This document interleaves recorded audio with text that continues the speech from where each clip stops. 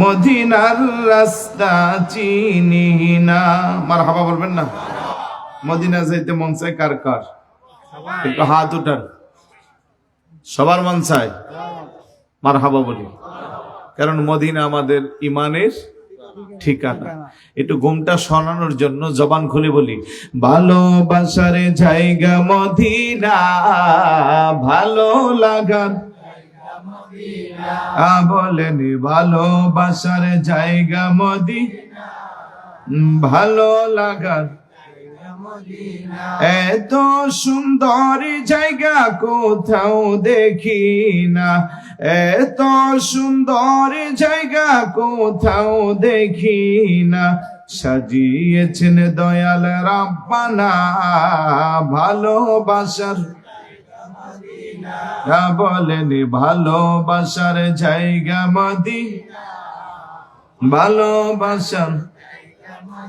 Medina শরীফে নূরের খজিনা, Medina শরীফে নূরের খজিনা, আশিক ছাড়া অন্য বুঝে না ভালোবাসার। বলেন, ভালোবাসার জায়গা মদিনা। একদিন কবরে যাব, কেউ তো যাবে না, একদিন কবরে যাব, কেউ তো যাবে না, যাবে আমার শাহে মদিনা ভালোবাসার। বলেন, ভালোবাসার ভালো লাগার। জোরে বলি মারহাবা। মনোযোগ আছেন? আমাকে বিষয় বলা হয়েছিল স্বামী স্ত্রী, পাশাপাশি শ্বশুর শাশুড়ির প্রতি যত্ন, আর পাশাপাশি কিছু আকীদার কথা। তো টু দা পয়েন্টে কথা বলতে চাই। আজকের এই সমাজে ইসলামকে যদি আমরা পরিপূর্ণ মানতে চাই, তাহলে স্বামী স্ত্রীর সম্পর্ক ভালো থাকবে না খারাপ থাকবে? এটা জবাব দেন না। আল্লাহ কো ফাইন কারিহতুমুহুন্না ওয়া আশিরুহুন্না বিল মারুফ, তোমরা স্বামী স্ত্রী মিল্লা উত্তম জীবন যাপন করো। ওয়া জাআলা বাইনাকুম মাওয়াদ্দাতাও ওয়া রাহমা। কত সুন্দর ইসলাম দেখেন। যে মেয়েটার দিকে আপনার 1 ঘন্টা আগেও তাকানো হারাম ছিল, ইসলামী শরিয়া মোতাবেক যখন তার সাথে আদ্য হয়ে গেল, বিবাহ হয়ে গেল, এখন তার দিকে তাকানো ইবাদত। সুবহানাল্লাহ।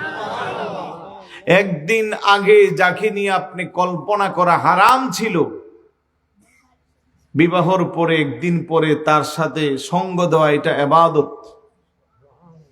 কোথায় ছেলের বাড়ি, কোথায় মেয়ের বাড়ি?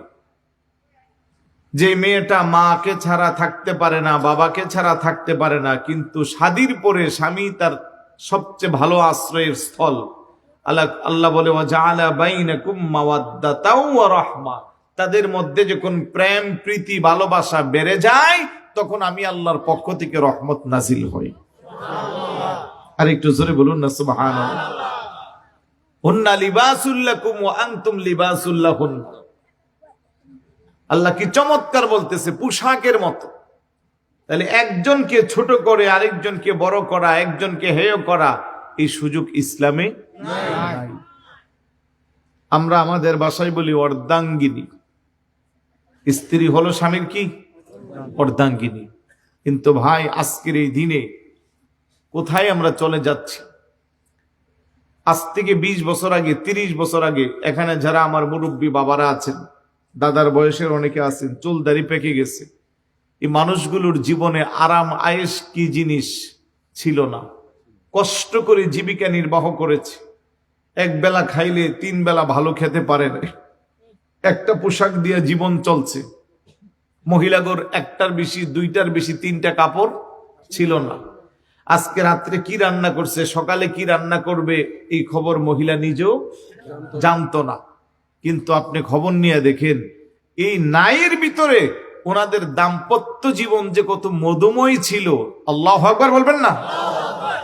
কোন একটা মহিলার কোন স্বামীর বিরুদ্ধে কোনো নালিশ ছিল না, কোনো একজন পুরুষের স্ত্রীর বিরুদ্ধে কোনো নালিশ ছিল না। এক বেলা খাইলে 3 বেলা খেতে পারে নাই, পাশের বাড়ির মানুষও সেই খবর জানতো না। আর এখন প্রত্যেকের ঘরে, এখন তো টিনের ঘর, সনের ঘর, এগুলো তো নাই বললেই চলে। প্রত্যেকের ঘরে এখন কি বিল্ডিং, পাকা বাড়ি। এক একজনের কাপড়, আমার মা বোনদের আলমিরাতে কাপড় বাস দিয়া রাখে যে বছর ঘুইরা যা, তাও ওই কাপড়ের হাত লাগে না, তার আগে সিরিয়ালই পায় না। কথা বলেন না? প্রত্যেকের ঘরে ঘরে ফ্রিজ আছে না নাই? কি পরিমাণের বাজার আছে, আগামী 1 সপ্তাহ 1 মাস বাজার না করলেও গুস মাছ কোনো কিছুর অভাব নাই। তারপরে আপনি ব্যাংকে টাকা আছে, স্বামীর ইনকাম ভালো, কিন্তু দাম্পত্য জীবনের শান্তি নাই। তার একমাত্র কারণ হলো আমরা ইসলাম থেকে দূরে সরে যাচ্ছি। আমরা যখনই ইসলাম থেকে দূরে সরে যাওয়া শুরু করছি, তখনই আল্লাহর গজব আমাদের উপরে নাজিল হতে শুরু করছে। 30 বছর আগে মহিলারা ফজরের আজান দিলে উঠে যাইত, উঠে আজানের ফর্সা হওয়ার আগে বাড়িঘর ঝাড়ু দিত, উজু বানাইয়া ফজরের নামাজ পড়তো। বাঙ্গা ঘরের পাশে জানালাটা খুইলা কলকাতার ছাপা বালিশের মধ্যে বড় বড় কোরআন শরীফ ছিল। মনে আছে আপনাদের? আমি গ্রামে বড় হয়েছি, আমার মনে আছে। প্রত্যেকের বাড়ি থেকে পুরুষ বলেন মহিলা বলেন কোরআনের দড়ি শুদ্ধ, অন্তত 1 পাতা হলেও কোরআন না পড়লে দিনের কাজ শুরু করতো না। পুরুষ নামাজ পড়ে একটু কোরআন শরীফ পড়ে গরু গাবি থাকলে দুধ দহন করত, তার জন্য খাবার আনতো, বাজারে যাইতো, বাজার সদাই করত। নারী বলেন পুরুষ বলেন উভয়ে 5 ওয়াক্ত নামাজ পড়তো, অন্তত ফজরের নামাজ দিয়া তাদের জীবনের শুরুটা হইতো। আর এখন শহর বাদ দেন না, গ্রামে পর্যন্ত 9টার আগে 10টার আগে ঘুম ভাঙ্গে না। কোথায় ফজরের নামাজ, কোথায় তাহাজ্জুদ, কোথায় আশরাক, কোথায় আওয়াবিন, ফরজেরই খবর নাই, আবার এগুলো কোত্থেকে থাকবে? কথা বলেন ঠিক কিনা? স্বামী বিদেশে কষ্ট করে টাকা পাঠাচ্ছে, সেই টাকা নিয়ে স্ত্রী রং ডং ফুর্তি করতেছে। প্রবাসীরা যেই কষ্ট করে, আমি তো কয়েকটা কান্ট্রিতে ঘুরছি, প্রবাসীদের সাথে কথা বললে তাদের কথা শুনে আমার নিজেরই কান্না চলে আসে। স্ত্রী, সন্তান, মা বাবা, ভাই বেরাদন, আত্মীয় স্বজন, বন্ধু বান্ধব সব ফেলে ওই জায়গা এত অক্লান্ত পরিশ্রম করে একমাত্র নিজের পরিবারের মুখে একটু হাসি ফুটানোর জন্য। কিন্তু আমরা যারা দেশে আছি, আমরা প্রবাসীদের দুঃখ তো বুঝি না, বরং আমাদের চাহিদার কোনো শেষ নাই। হ্যাঁ, অমুকের এটা লাগবো, তমুকের এটা লাগবো, এই লাগবো, সেই লাগবো। একটা আনতে দেরি হইলে একজনের 1 গাল ফুইল্লা 3 গাল, হাসি আর চেহারাত নাই। ওই বেচারা যে জীবন তেজপাতা করতেছে আপনাদের মুখে হাসি ফুটানোর জন্য, তার কোনো ভ্যালু নাই। স্ত্রীরও চাহিদার শেষ নাই। বাচ্চাদের দোহাই দিয়া মাস শেষে লিস্টি মারে লম্বা। স্বামী টাকা উপার্জন করতে না পারলে ধার কর্য করে পাঠায় যে আমার স্ত্রী সন্তানরা অন্তত সুখে থাক, কষ্ট যা করার আমি করি। সেই টাকা নিয়ে স্ত্রী দেখা যাচ্ছে টাকা হাতে আসলেই পরে চলে যাচ্ছে সাতকানিয়া নামি দামি শপিং মলে, চট্টগ্রাম শহরে। হ্যাঁ, নিজের রং ডং ফুর্তি, আনন্দ, আহ্লাদ, বিভিন্ন ধরনের মেকআপ বক্স, এই টাইপের কাপড় চুপড়, শুধু এতটুকুর মধ্যে সীমাবদ্ধ নাই, স্বামীর অগোচরে আবার পরকীয়াতেও লিপ্ত হচ্ছে। নাউজুবিল্লাহ বলবেন না? ঘরে 2টা বাচ্চা আছে, তার স্ত্রী, তার স্বামী আছে, স্বামীর কোনো কিছু তার অভাব দিচ্ছে না, যে যখন যেইভাবে চাচ্ছে সব দিচ্ছে, কিন্তু স্বামীর টাকা নিয়ে আরেক পুরুষের সাথে পরকীয়া লিপ্ত হয়ে গেছে। নাউজুবিল্লাহ। এমন কোন দিন নাই পেপার পত্রিকা মিডিয়ার কল্যাণে আপনি পাইবেন না যে পরকীয়া আসক্ত হইয়া দুর্ঘটনা ঘটে নাই, স্বামী স্ত্রীর সংসারের বিবাদ ঘটে নাই। শুধু মহিলা না, পুরুষের মধ্যে এরকম দুশ্চরিত্রা কিছু মহিলা আছে, পুরুষও আছে, যাদের ঘরে স্ত্রী আছে, সন্তান আছে, তারপরও পরনারীর দিকে নজর দিচ্ছে। আর একটু জোরে বলি নাউজুবিল্লাহ। তাহলে পুরুষ বলেন মহিলা বলেন, চরিত্রহীনতা সব ক্যাটাগরি, সব দলে আছে না নাই? অথচ বিবাহর মতো একটা পবিত্র বন্ধন, স্বামী স্ত্রীর এই মধুর সম্পর্ক নষ্ট হচ্ছে শুধু এই পরকীয়ার কারণে। আমার কাছে তো ঘন ঘন ফতুয়ার কল আসে, যেহেতু নামের আগে মুফতি লাগানো, আসলেও তো ফতুয়া দেওয়ার মতো যোগ্যতা এলেম কালাম কিছুই নাই, তারপরেও ঘন ঘন ফোন আসে। উত্তরা থেকে গত কিছুদিন আগে এক বোন বলতেছে, আর্মি অফিসার, মোবাইলে রাতে কথা বলতেছে, রাতের আমি স্টেটমেন্ট নিলাম আর কি, কথা ঘোরাই গেলে আমি এবার এগুলো বুঝি তো। রাতে 1:30টার দিকে একবার দিছে, 4টার দিকে একবার দিল। আমি বললাম যে রাতে 1:30 4টা আবার মোবাইলে কি করে দেখে, উনি ডিউটিতে ছিল। তা আপনি এমন কি ওনারে খেপাইয়ে দিলেন যে মোবাইলে কথা বলার সময় উনি উত্তেজিত হয়ে আপনারে এক রাতে 2বার তালাক দিল? তার কারণ কি? তখন বলে যে উনি আমারে সন্দেহ করছে। ওই যেটা বললাম আর কি, যে আপনারও একটা বাংলাদেশের মধ্যে যেহেতু আপনার স্বামী সেনাবাহিনীর কমিশনার র্যাঙ্কে আছে, এটা আপার ক্লাসের ফ্যামিলি, শান্তিময় ফ্যামিলি আপনাদের। আপনিও তো নিশ্চয়ই গ্রাজুয়েশন কমপ্লিট করা একজন বোন, রাজধানী ঢাকার উত্তরাতে থাকেন আপনারা, তো কেন এই সন্দেহ? সন্দেহ শুধু উনি আমারে করে না, আমি ওনারে করি। তো আমি এটা বলার উদ্দেশ্য হলো, জানি না আবার আমার মেসেজ ওনার কাছে পৌঁছবে কিনা। আমি ওনাকে ছোট করার জন্য না, সমাজের এই খুঁতগুলো আমি খুঁজে বের করার জন্য। তাহলে প্রথমে সূত্রপাতটা শুরু হয় সন্দেহের মাধ্যমে। কিসের মাধ্যমে? অথচ শয়তান এসে স্বামী স্ত্রীর মধ্যে দ্বন্দ্ব সৃষ্টি করার জন্য সে পাগল পারা হয়ে থাকে। আমরা ছোট সময় হুজুরদের কাছে শুনেছি, এটা হাদিসও আছে সম্ভবত, শয়তান বাস করে সমুদ্রের মাঝখানে। ওইখান থেকে সে কি করে, প্রত্যেক দিন তার চেলাপেলাদেরকে কর্ম বন্টন করে দায়িত্ব দেয়, এক একজন এক এক দিকে যা। তো মনে করেন কেউ আইসা 2 ভাইয়ের মধ্যে ঝগড়া লাগা, কেউ বাপ বেটার মধ্যে ঝগড়া লাগা, কেউ স্বামী স্ত্রীর মধ্যে ঝগড়া লাগা, কেউ আবার মাদ্রাসার ছাত্রদেরকে দিন আইলেম শিক্ষা থেকে বিরত রাখে। তো আরেক দিন শয়তান বলতেছে আজকে তোমাদের পুরস্কার দিব যার যার কাজের উপরে র্যাঙ্কিং হিসাব করে। তো 1 নাম্বার পুরস্কার পাইছে ওই মাদ্রাসার ছাত্রদেরকে যে ফিরাইয়া রাখছে, সে আবার ল্যাংরা শয়তান, বেশি হাঁটাচলা করতে পারে না, দূরে যাইতে পারে না, সে মানে কাছাকাছি মাদ্রাসার ছাত্ররে আটকাইয়া রাখছে। আর 2 নাম্বার পুরস্কার পাইছে যে স্বামী স্ত্রীর সংসারে আগুন লাগাই দিছে। আমি 4টা সন্তান, দাম্পত্য বয়স 15 থেকে 20 বছর সংসার করছে, ওই সংসারটার আমি ভেঙে দিছি। তাইলে তুই 2 নাম্বার পুরস্কার পাবি। তোরা 1 নাম্বারটাই দিতাম, যেহেতু 1 নাম্বারটা তারই দিতে হবে, কারণ সে যদি আলেম হয় তাহলে এই দুনিয়ার মানুষকে বুঝাইয়া দ্বীনের পথে, ইসলামের পথে, কোরআন সুন্নাহর পথে নিয়ে আসবে। তখন আমরা শয়তান যে ওই জায়গা আর কাজ করতে পারবো না। আজকের মাহফিলেও কি মনে করতেছেন শয়তান নাই? আরেকটু জোরে বলো না, আছে না নাই? এটা একটা প্যান্ডেল হইল, এই এলাকায় যে মানুষ বসবাস করে এরকম 4টা প্যান্ডেলের দরকার। কিন্তু বহু যুবক আসতেছে আর ওইদিকে ঘুরতেছে, দোকানপাট থেকে ঘুরে ঘুরে চলে যাচ্ছে। ওরা চাচ্ছে আসতে, কিন্তু ওদেরকে আসতে দিচ্ছে না। তার নাম কি? জোরে বলুন। শয়তান যে দিবে না এটা আবার আমার কথা না, আল্লাহ নিজে কোরআনে রেকর্ড করে শয়তানের কথা রেখে দিয়েছে। 8 নম্বর পারা, হিফজুল কোরআনের 11 নম্বর পৃষ্ঠা, সূরা আরাফের 16 এবং 17 নম্বর আয়াত। শয়তান কি বলে শুনবেন নি? قال فبما أغويتني لأقعدن لهم صراطك المستقيم।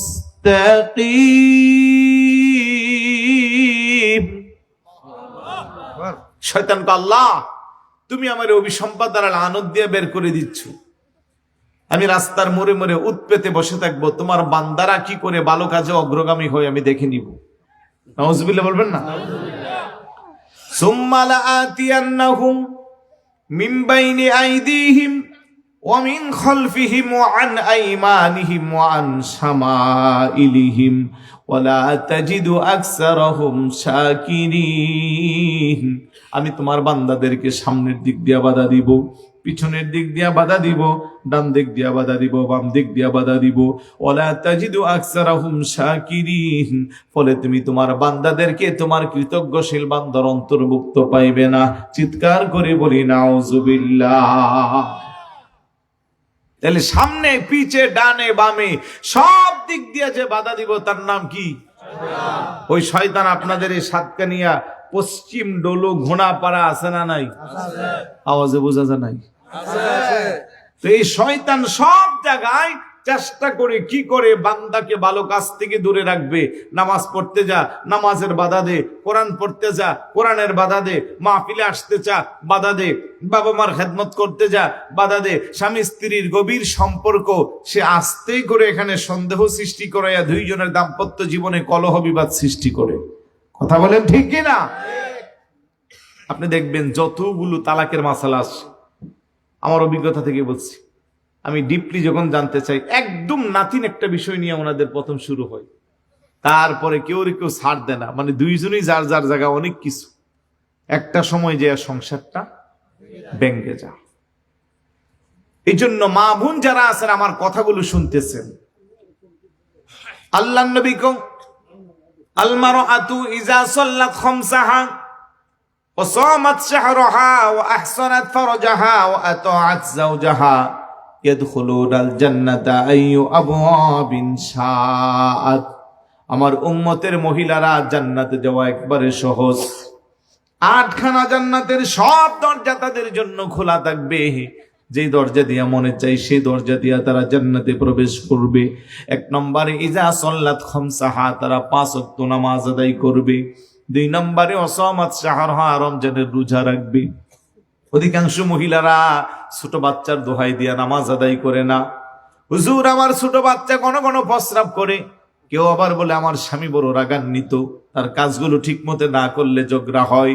কেউ আবার শ্বশুর শাশুড়ির নামে মিথ্যা অপবাদ দেয় যে আমার শ্বশুর শাশুড়ি খারাপ, এজন্য নামাজ পড়ার সুযোগ পাই না।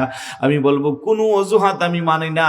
আপনি যদি আল্লাহর নেককার বান্দিনী হন, আর যদি নামাজের মহাব্বত আপনার অন্তরে থাকে, পৃথিবীর কেউ আপনার আটকায় রাখতে পারবে না। ছোট বাচ্চার কাজ প্রস্রাব করা, আপনার কাজ সময় মতো কাপড়টা পরিষ্কার করে দৌত করে উজু কালাম বানাইয়া নামাজ পড়া। কথা কোন ঠিক কি না? কেউ আপনার আটকাতে পারবে না আপনার উদ্দেশ্য ভালো থাকলে। আপনি বলবেন আমার সংসার বড় অভাবের দুঃখের, আমার স্বামী কষ্ট দেয়, আমার শ্বশুর শাশুড়ি কষ্ট দেয়। আমি বলবো আপনার সংসার কিসের কষ্ট? আমার নবীর কলিজার টুকরা বেহেশতের কোটি কোটি মহিলাদের সর্দারিনী খাতুনে জান্নাত মা ফাতেমা রাদিয়াল্লাহু তাআলা আনহার জিন্দেগীর সাথে তুলনা করলে আপনার জীবনে কষ্টই নেই। কথা বলেন, এত কষ্ট করেছে। তারপর ইমাম হাসান রাদিয়াল্লাহু তাআলা আনহু যখন বড় হয়েছে, উনি বলতেছে মাঝে মধ্যে আম্মা সকালবেলা বলতেন, আল্লাহ রাতটাকে যদি আর একটু লম্বা বানাইয়া দিতা, আমি ফাতেমা তোমার এই সিজদা একটা বেশি দিতে পারতাম। আল্লাহু আকবার বলবেন না? আর আমার মা বোনেরা নামাজ নাই, সারাক্ষণ তোনারা অবসর পাইলে মোবাইল, নাটক, সিনেমা, বিভিন্ন চ্যানেল নিয়ে ব্যস্ত। আর আগেরকারের মা বোনেরা যারা ছিল, তারা সন্তান গর্ভে নিয়ে সবাই কি করতো? কোরআন তেলাওয়াত করত। আমার কিন্তু 3 বছর বয়সে আমার মা মারা গেছে। আমার বড় 2 ভাই 2 বোন, তাদের প্রত্যেকের সময় মা পেটে বাচ্চা নিয়ে কোরআন খতম করেছিল। কিন্তু আমার সময় আমার মা, আমি গর্ভ থাকা অবস্থায় থেকে অসুস্থ, কোরআন খতম করতে পারে না। এই জন্য নাকি উনি অনেক সারাক্ষণ কান্না করত, এবং আমার বাবাকে বলেছে যে আমার এই ছেলে যেন অন্তত কোরআনে হাফেজ হয়। আমি এটা বোঝাইবার চাইলাম যে মার পেট দামি হইলে সন্তান এমনি আল্লাহ দামি বানায়। এখানে যারা আলেম আছে, যাদের নামের আগে আল্লামা, মাওলানা, মুফতি, হাফেজ, কারি আছে, এগুলোর হালকাভাবে নিতে পারবেন না। ওদের প্রত্যেকের মা বাবার নেকির কারণে আল্লাহ তাদেরকে মর্যাদা দিয়েছে। এই জন্য আব্বা আম্মা যারা আছেন, আপনি দামি হন, খোদার কসম আপনার পেটের সন্তান এমনি দামি হবে। হুজুর গাউসে পাকের জীবনী পড়লে দেখেন যে আম্মা জানের গর্ভ থেকে 18 পারা কোরআন মুখস্থ করে আসছে। এমনি আসছে? হুজুরের আম্মার জীবনীতে দেখা যায় জীবনে কোনোদিন সূর্যের আলো ওই আম্মার মাথার শীতির মধ্যে লাগে নাই। আপনারা জানেন হুজুরের আব্বা যখন, ওই ফলের ঘটনা সবাই জানেন না? একটা ফল গেল বেশে, যেটা শরীয়ত সম্মত, এটা খাওয়া জায়েজ। আর উনি খায়া চিন্তা করলো, কার গাছের ফল খাইলাম? নদীর পাড়দা ঘুরতে ঘুরতে অনেক জোরে যায়, সেই ফল গাছের মালিককে খুঁজা বাইর করছে। আর মালিককে এরকম মানুষ তো পাওয়া মুশকিল। সুবহানাল্লাহ বলবেন না? সুযোগে ব্যবহার করলো। এক শর্তে করতে পারি, 12 বছর আমার বাড়িতে তোমার চাকর থাকতে হবে। উনি চিন্তা করলো, একটা হক করলো আর একটা হক করলো ইবাদ। আল্লাহর হক আল্লাহ মাফ করবে, কিন্তু বান্দার হক তো আল্লাহ মাফ করবে না। 12 বছর কষ্ট করে কাজ করছে, ক্ষমা চাইতে গেছে, না এখনো ক্ষমা করার যোগ্য হয় নাই। আরেকটা শর্ত আছে, আমার একটা মেয়ে আছে, চোখে দেখে না, কানে শুনে না, বুবা, কথা বলতে পারে না, হাঁটতে পারে না, ল্যাংড়া। এই সব শর্ত দিয়া উনি চিন্তা করলো তারপর আমি মাফ নেওয়া দরকার। সুবহানাল্লাহ বলবেন না? রাজি হয়ে গেল, শাদী হইল। শ্বশুর নিয়ে নিজে বাসুর করে দিয়ে আসলো, দেখতেছে শ্বশুরের বর্ণনা আর বাস্তবতার কোনো মিল নাই। বের হয়ে আসতে বলল, আপনি মনে ভুল করে আমার অন্য জায়গায় প্রবেশ করাইছেন। শ্বশুর ডাক দেখো, না আমি বলেছিলাম আমার মেয়ে চোখে দেখে না, আমার মেয়ে এই জীবনে কোনোদিন কোনো পরপুরুষকে তার চোখ দিয়ে দেখে নাই। আমি বলেছিলাম আমার মেয়ে কানে শুনে না, আমার মেয়ে আজ পর্যন্ত কোনো অন্য পুরুষের কথা তার কান দিয়া শুনে নাই। আমি বলেছিলাম আমার মেয়ে হাঁটতে পারে না, আমার মেয়ে আমার এই ঘরের বাহিরে আজ পর্যন্ত কোনোদিন বের হয় নাই। আমি বলেছিলাম আমার মেয়ে ভুয়া কথা বলতে পারে নাই, আমার মেয়ে পরিবার মা বাপ ছাড়া আর ভাই বোন ছাড়া আর পৃথিবীর কারোর সাথে কোনোদিন কথা বলে নাই। আর বাবা তাও শুনো, আমি তোমাকে 12 বছর চাকরানি হিসেবে আমার বাড়িতে চাকর হিসেবে রাখি নাই, কারণ আমার মেয়েটা বিবাহের উপযুক্ত হওয়ার জন্য 12 বছর বাকি ছিল। সেই জন্য আমি তোমারে 12 বছর আটকাইছি। আর তোমার মধ্যে যা আছে, উনিও তো আল্লাহর নবী, উনিও কাশফুর মাধ্যমে মুরাকাবার মাধ্যমে দেখলো, পুরা শরীরটারে স্ক্যান করে ফেলে দেখলো যে এটা একটা সোনার টুকরা। বড় করে বলি সুবহানাল্লাহ। তো আরেকটা হীরার টুকরারে দিয়া দিল যে এই দম্পতির ঘরে আব্দুল কাদের জিলানী হবে না, কার ঘরে হবে? এই সমাজেও যেই মা যত বেশি দামি, যেই বাবা যত বেশি দামি, ওই ঘরের সন্তান তত বেশি দামি হয়। দামি মিন্স এই নয় 1000 কোটি টাকার মালিক, দামি মিন্স হলো নেক সন্তান। কথা বলেন ঠিক কিনা? এই জন্য আমাদেরকে বলবো 5 ওয়াক্ত নামাজ পড়বেন। আপনি আধুনিক বিজ্ঞানে আসছে, অধিকাংশ বাচ্চা এখন যারা প্রসব করছে ওদের অধিকাংশ ওরা বিকলাঙ্গ হচ্ছে, ব্রেন নষ্ট, চোখ নষ্ট। বিজ্ঞান বাইর করছে মা যে সারাক্ষণ মোবাইল দেখে, এই মোবাইলের রেডিয়েশন, গড়ে যে ওয়াইফাই এর যে আপনার রাউডার আছে তার রেডিয়েশন 2টা মিল্লা বাচ্চার ব্রেনে আঘাত হচ্ছে। এবং বিজ্ঞান বলতেছে মার মনোমস্তিষ্ক সারাক্ষণ যা চলে বাচ্চার মধ্যে সে এফেক্ট পড়ে। তো মা যদি সারাক্ষণ কোরআন শরীফ পড়ে ওই বাচ্চাটা কোরআন প্রেমী হয়। মা যদি সারাক্ষণ নবীর উপরে দুরূদ শরীফ পাঠ করে, মা যদি বেশি বেশি নাতে রাসূল পাঠ করে, ওই বাচ্চাটা বড় হলে নবী প্রেমিক হয়। পাকিস্তানের ছোট্ট একটা শায়ের সাহিল, যার গজল এখন গোটা নেট দুনিয়া কাঁপতেছে, ভাইরাল, দেখছেন না? কি বেশি বড়? আমি গাড়িতে রাতের বেলা যখন চলি আমরা এগুলা নাত লাগাই, কোরআন তেলাওয়াত শুনি, ড্রাইভার আমরা সবাই মিলে, যাতে ঘুম না আসে। তো তার এগুলো আমি যত শুনি ততই আমি তার প্রেমে পড়ি। আমি ওই দিন বলতেছি তারা পাইলে আমার বুকের সাথে জড়াই 1 ঘন্টা ধরে রাখতাম। আল্লাহ তার কণ্ঠের মধ্যে এমন জাদু দিয়েছে। তার একটা সাক্ষাৎকারে ফুটে উঠে আসছে যে সে এত বেশি নাত, এটা গড গিফটেড। কারণ আপনারা তারা শিখাই এরকম করতে পারবেন না। তার মা একজন নাত খা, জোরে বলুন না সুবহানাল্লাহ। তার মা সারাক্ষণ নাত পড়তে হতে, সে যখন পেটে ছিল আল্লাহ তারে নাতকা হিসেবে কবুল করছে। ইন্দোনেশিয়ার আরেকটা ছোট বাচ্চা 2-2.5 বছরের, মা কোরআন তেলাওয়াত পড়ে, সেও মার ঠোঁটের আগে আগে পড়ে তার ব্যাপারে তথ্য দিল তার মা যে এই পেটে সন্তান থাকা অবস্থায় প্রায় 100-র উপরে উনি খতম করছে। উনি একজন হাফেজা মহিলা, কারণ ইন্দোনেশিয়ার ছেলে মেয়ে সব বেশিরভাগ হাফেজ। মারহাবা বলবেন না? তাহলে আমি মাকে বলবো, আপনি দামি সন্তান যদি জগতে দিতে চান, আগে মা দামি হয়ে যাও। 5 ওয়াক্ত নামাজ পড়বেন। 2 নম্বরে আমার নবী কয় সাওমাত শাহরাহা, রমজানের রোজাগুলো রাখবা। আল্লাহর পক্ষ থেকে মা বোনদের জন্য স্পেশাল কিছুটা রোজা ছাড় হয়, এটা গণনা করে বছরের অন্য সময় রেখে দিবেন। ওই সময়ের নামাজগুলো আর পড়তে হবে না। চার ব্যবস্থা 1 ঘন্টা হয়ে যেতেছে। চা এখানে জিরে দিচ্ছেন, এটা চা না, এটা শরবত, চিনি ছাড়া, বুঝছেন? একবারে চিনি ছাড়া। কম চিনি বললেও দেখতেছি যেই চিনি দেন, বুঝি না চিনির দাম কি সস্তা নাকি? সবাই এখন আমরা বলি চিনি ছাড়া, কিন্তু দেওয়ার সময় সবাই বেশি করে দেয়। একটু ভালো করে গরম করে চিনি ছাড়া চা দেন। এটা দরুদ শরীফ পড়ে আল্লাহুম্মা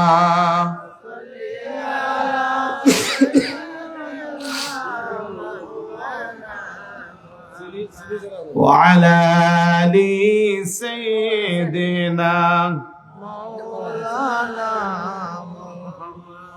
আরশের নিচে সিজদায় পড়ে কাঁদিবেন নবী যারে যার, মাফ করে দাও উহে আল্লাহ উম্মত আমার গুনাহগার। আল্লাহুম্মা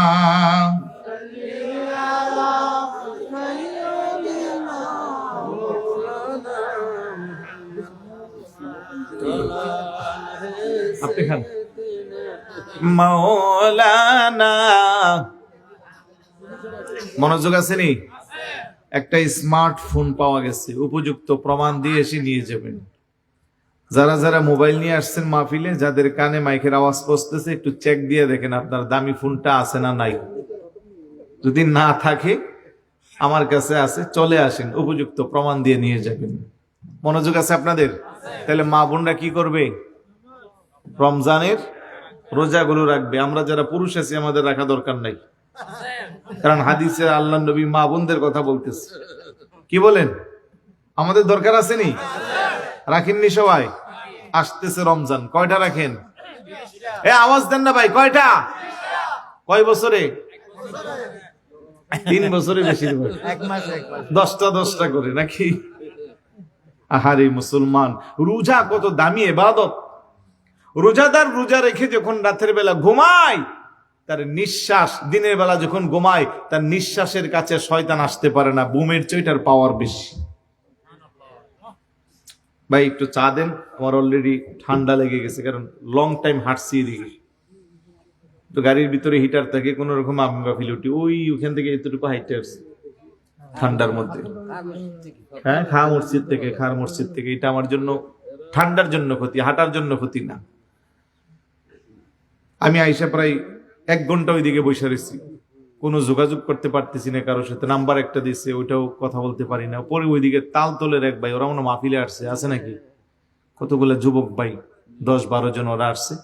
ওদের একজনকে নিয়ে পরে নিজে নিজে আসছি। হাইটা আবার ওইখান থেকে এতটুকু জায়গা হাঁটা আমার অভ্যাস আছে, 5 কিলো 10 কিলো হাঁটতে পারি। দাওয়াত দিছে আপনাদের, তো ওরা আপনার সাথে যোগাযোগ করে, ও তো যাই হোক, কষ্ট যেটা হয়ে গেছে সমস্যা নাই। আমি ঠান্ডারে ভয় পাই আর কি, কারণ ঠান্ডা তো খুব বেশি। আজকে তুলনামূলক একটু কম। কালকে ছিল আমার প্রোগ্রাম ছিল একটা কসবার, একটা কুমিল্লা ব্রাহ্মণপাড়া, ওইদিকে আরো শীতের পরিমাণ অনেক বেশি। আগামীকাল আমার নরসিংদী রায়পুর, তারপরের দিন মৌলভীবাজার, তারপরে ছাতক, তারপরে সিলেট, এইভাবে সিরিয়ালে। কারণ ওইদিকে ঠান্ডা অনেক বেশি, আর এই সিজনে আমরা সবচেয়ে বেশি ভয় পাই ঠান্ডাকে। এই জন্য আমি বারবার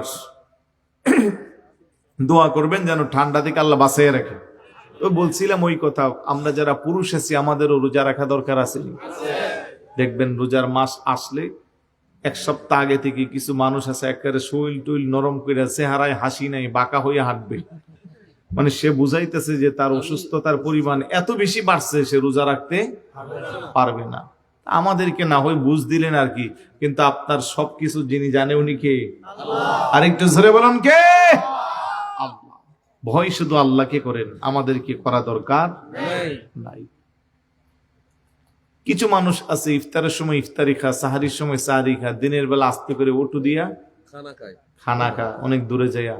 আর কিছু অসাধু ব্যবসায়ী আছে, হোটেল একটার উপর দিয়া লাল কাপড় দিয়া বেড়াইয়া উপরে লেখা দেখো হিন্দু ভাইদের জন্য খোলা। আপনি ভিতরে যাই আর টর্চ লাইট মারলেও কোনো হিন্দু পাইবেন না, আর বসার জায়গাও নাই, সব মুসলমান। আছে না নাই?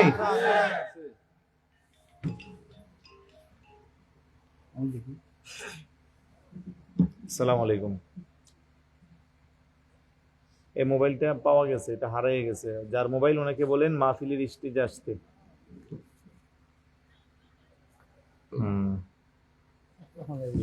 যাই হোক, ভাগ্য ভালো যে পাইছে, দিয়ে গেছে।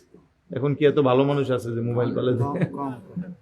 যাই হোক, আল্লাহ যিনি দিয়েছে ওনাকে উত্তম বদলা দান করুক। বলো না আমি? আর একটু জোরে বলো না আমি? মনোযোগ আছে নি? ওই যেটা বলছিলাম, ইফতারের সময় ইফতার খা, সাহারির সময় সাহারি খা, দিনের বেলা যাইয়া গুমটাওয়ালা দোকানে খেয়ে আসেনি? আবার কতগুলো আছে যারা